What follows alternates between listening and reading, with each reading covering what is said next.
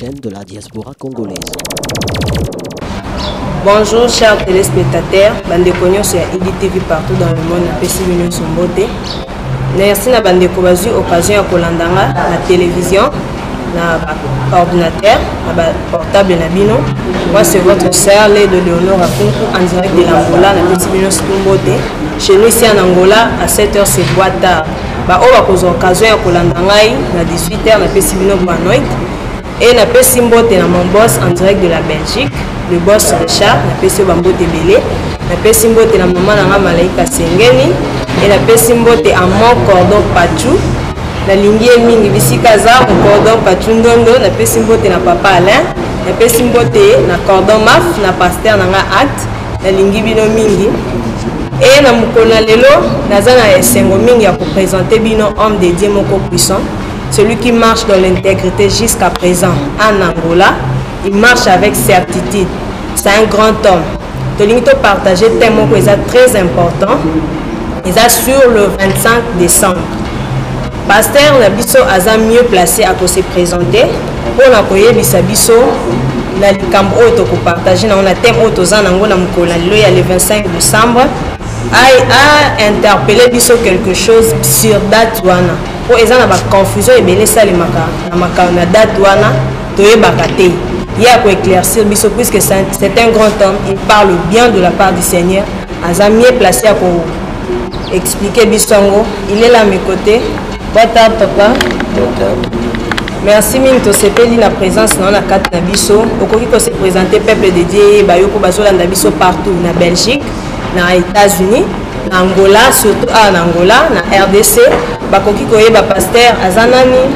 Oui, na bien na combo ya pasteur Kisungo, Sukisa, na Zafis apôtre Benimo qui est Thomas Gabriel, na responsable de l'église avec Shalom, na Angola, na communauté à mission de réparation de brèche, na berger l'église à Ojaï. Ok, merci pasteur Ndenge Boyoki, pasteur Aza, combo naye, le pasteur Théo Kisungo Sukisa, Aza berger. Topé, papa et la communauté à Beth Shalom, Aza mandaté par l'apôtre Béni Moké, na Kinshasa. To sepeli kotuna yo motuna moko papa. To zaka na confusion et belé sur date il y a le 25 décembre. Est-ce que c'est la vraie date il y a naissance à Jésus-Christ? Bon, le 25 décembre, c'est la date le 1er janvier. C'est la date le 3 mars, c'est la date le 4 avril, les dates n'est pas historique publiquement, si ce n'est que peut-être par rapport à l'organisation humaine, l'église catholique qui cherche peut-être il y a le vent ou ça là, ce n'est pas biblique qui c'est la naissance de Jésus-Christ. Alors, motuna nangeza vraiment bon. Puisque biso batoto mi bengaka ba chrétien, on dirait et kabwana deux parties, ba chrétien catholique et ba chrétien ya réveil. Alors, d'ailleurs, qui pasteur a lobby que date wana eza biblique té. Et donc, c'est pas important que célébrer ou bien c'est important. Bon, ce lobby qui est important, pourquoi? Donc, il y a un simple calcul. Donc, il y a un simple calcul aux autres dans la Bible. Par rapport à la date, il y a un message. Autant dans la Bible, autant dans la Bible par rapport à message. Il y a date où ange ayaki komemela Marie message to information kota ba Jésus. Si votre calcul na date au ange ayaki tina date le 25 décembre et vous savez combien de mois to quel était la science est-ce que na ba mois wana mwana robotama deux c'est moi na botama na ba mois wana mwana rosa na vie parce que Jésus en dehors ya kozala nzambe ya kozala mwana nzambe abotamaki comme une chair humaine. Est-ce que la chair humaine dans la date wana robotama la Bible nous donne partout dans un livre de Luc chapitre 1 verset 26 ainsi qu'un message il y a ange ayaki namo Luc chapitre 1 verset 26 Bible lobby au 6e mois l'ange Gabriel fut envoyé par Dieu dans une ville de Galilée appelée Nazareth auprès d'une vierge fiancée à un homme de la maison de David, nommé Joseph. Le nom de la vierge était Marie. L'ange entra chez elle et dit, je te salue, toi à qui une grâce a été faite, le Seigneur est avec toi. Troublée par cette parole, Marie se demandait ce qui pouvait signifier une telle salutation. L'ange lui dit, ne crains point Marie, car tu y as trouvé grâce devant Dieu. Et voici, tu deviendras enceinte, tu enfanteras un fils, tu lui donneras le nom de Jésus. Il sera grand, sera appelé fils de Très-Haut. Le Seigneur, Dieu lui donnera le trône de David, son père. Balobi Ezraki na sixième mois. Maintenant, ange aye komona Marie ayebisi message oyo. Sikoyo na décembre, le 25 décembre, Yesu abotami. Voici 6 mois.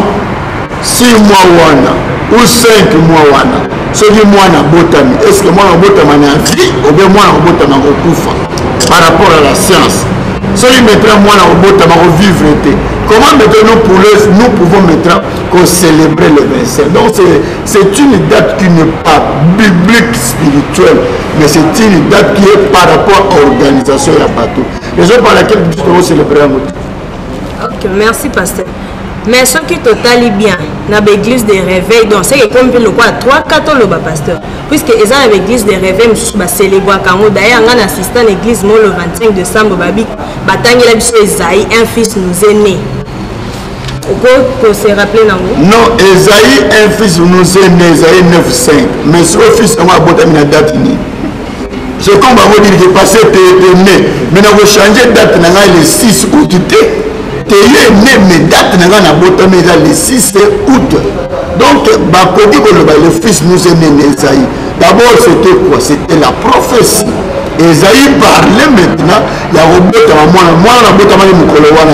mais Esaïe si accomplissement de et maintenant la nouvelle alliance, mais il y a un verset où il y a nouvelle alliance. La date où il y a la contradiction parce que l'ancienne alliance nous c'est pas mal Michel beaucoup de prophètes on a robotama ya Yesu mais Yesu en gros ange ya robotama les 6 le mois il y a 6e mois donc biso date nous se confirmer oyo Yesu abotama ki date wana tous on a 6e mois plus mettre 9 mois mettre mois oyo ça abotama Bandeko balandi ceux qui te landeli bien c'est que date wana isa ba humain mutu ba fondango ce n'est pas la vraie date de naissance de Jésus. Alors ceux qui na zongi muke na tuni pasteur Théo Kisungu Sukisa le 25 nanda ku sombela bana bilamba Noël te bon bana nga bilamba Noël na sombela parce que na sombela bana bilamba mikolo nyonso et vont tomber pe na sombela bana bilamba la mars la avril la mai. Alors, je peux acheter ou pas. Les actes droits, les obligations, ce sont des signatures très bien. Au moins, il faut que ça ma sœur. La Bible, il faut la bonne gloire et ensemble. Parce que tout ce que nous devons faire, il faut les lier pour la gloire et ensemble. C'est ce que l'apôtre Paul nous dit.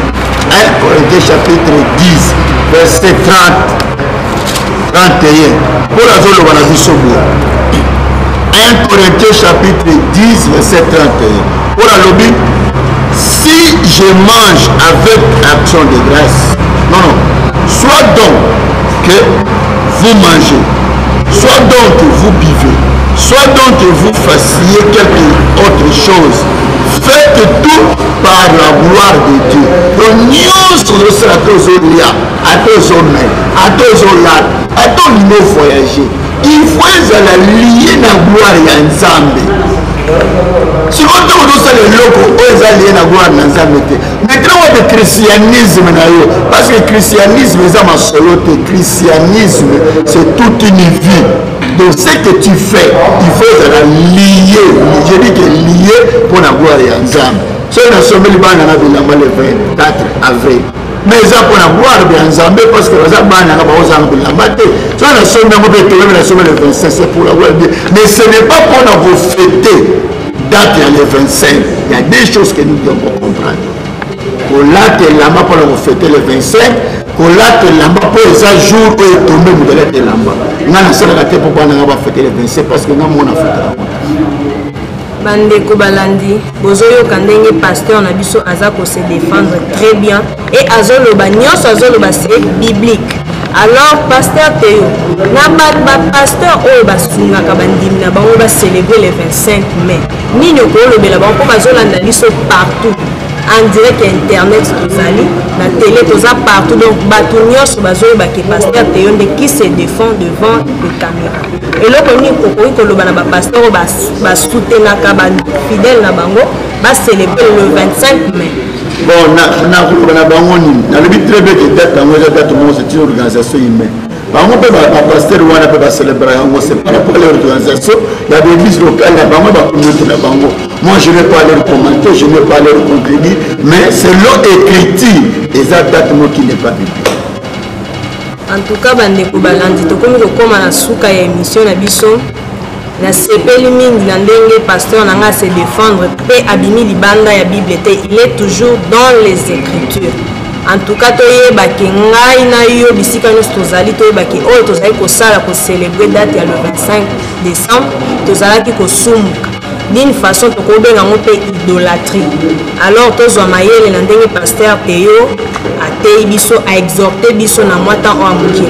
Pasteur Théo tokomokoma na suka mot de la fin ekozala nini? Bon ngai na pesi bino d'abord merci na presse na bino pokoya komonanga na biro nanga nzambe nanga pambola bino mais c'est la chose vraie que tant ozali c'est le temps de la vérité nous disons la vérité pas pour on faire c'est pour ça monter maman pour le biso qui c'est sanitaire on va te poser le serviteur à bas tout ça pour ça nzambe ti le gloire à otoloba vraiment pour continuer et ça peut une façon ils ont commandé nous soit pas moment où il y a ça quelque part pour ça malade quand nzamba bikisa yo on a un problème mais c'est pour ça reçoit guérison nzambe parce que le pauvre nzambe ça me poussait yo za na prison yo ça quelque part na problème na yebi ce problème au kutana ngo ezali mupaya ndenga ye akolongwa kotika yo komitumisa te ke lokola kwani neye te ndenga ya kindenge pa bokende vraiment nzamba battra ba voyager bazo voyager nzamba pesa kimia na bazangi kimia basa bazana pasa robota na bopito le pauvre nzambe ça likona bino vraiment na pamboli bino na pamboli presse oyo okende pasteur Théo naza na motuna moko asuka nakokota nanga na kati ya ndako ya nzambe namoni pancarte mo libanda église eza na milulu oyo toza na milulu oyo ezosala 10 jours tobandaki yango lobi tosisango dimanche le 29 toza na programme ya pokwa chaque jour de 16h30 à 18h30 à part samedi dimanche toza de 9h à 12h30 13h on aussi ça pour toujours parler une langue qui sait dire du bien pour soi-même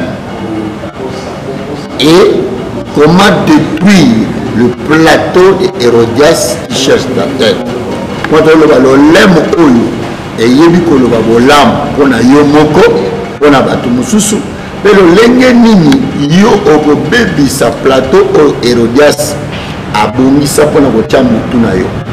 Donc celui qui au remona que Hérodias na Matthieu chapitre 14 maintenant verset 9 au monde que Hérodias aboyaki na yo ba pese royaume ba pese parti à royaume pas roi aboyaki mbongo aboyaki nyonso oyo ezalaki ntina wana mo Yesu sina ye ezalaki poto ba pese mutu ya Jean Baptiste par rapport ya conflit oyo roi mama na ye azalaki nango na Jean Baptiste mokili ozotambola ba conflit ebele ezalaka na mutu na yo yango to détruire yango pe tozoyitike comment le lème il faut le bolam le lème le bakamapete et le bakabolam parce que Bible nous dit que la mort et la vie sont au pouvoir de la langue.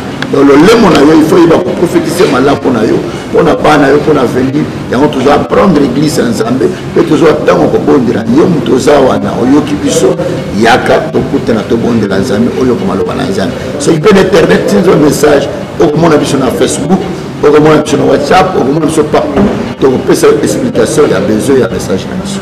Pasteur Toko kopesa biso adresse ya Facebook to site na yo moko sala pour bana nzambe biso baza musika bakoka ko contacter yo. Bon numéro de téléphone na ngana eza 00244 924 42 28 41. A récapituler que numéro de téléphone na 00244 924 42 28 et 41. Si vous voulez na Facebook, betakaka pasteur Théo Kisungu sokisa okomonanga wana kokota ba réseau nyonso okutana. Bande ko balandi to komi na suka ya émission na biso boyoki nde pasteur Théo lobi bazana milulu minene bino mo boyoki tem ndenge zali. Alors bande ko nyonso bazana Angola Luanda na invité bino et bandaki lobi c'est pour 10 jours. Yo poza na province okoki pe koya ezana batu balongwaka ba États-Unis juste pour 3 jours pona koya kosangana na makambo nzambe. Alors na exhorter yo ndeko mobali ndeko mwasi partout ozali biso toza awa na kati ya grande communauté ya Bet Shalom na Ojaenda na veni ya Sine Africa. Référence à musika te juste na Sine Africa soko kitika na coin olobi bot laksanga Bet Shalom eza place a kobunga te Sine Africa oya Ojaenda bokobunga te tozana milulwa minene bandaki du 15 au 29 avril 2018 tozozela bino makambo minene ezosalema ye moko l'ange de la maison GA azawana na place les gardiens de l'hôtel azawana azosala service oyo nzambe amandatani na kati na se na moi oyo en tout cas tozozela bino boya ebele tokomi na suka émission na biso na pesi bato nyonso to bambote merci na bato bazalaki branché pona kolanda biso et na pesi merci na cordon nanga patro azalaki na sima caméra juste pour me soutenir et merci à mon coach il est toujours là à mes côtés azosunga ngai pona ko faire avancer musala oyo pende bomoni nga na ngengi boy Mia Makiadora Nadine Lumbu mama na winner aza juste kana Sine Africa biso tozaka kota Sine Africa musika te na pesi bino nyonso tumbote Zambe na biso apambola bino ciao. Télévision, la chaîne de la diaspora congolaise.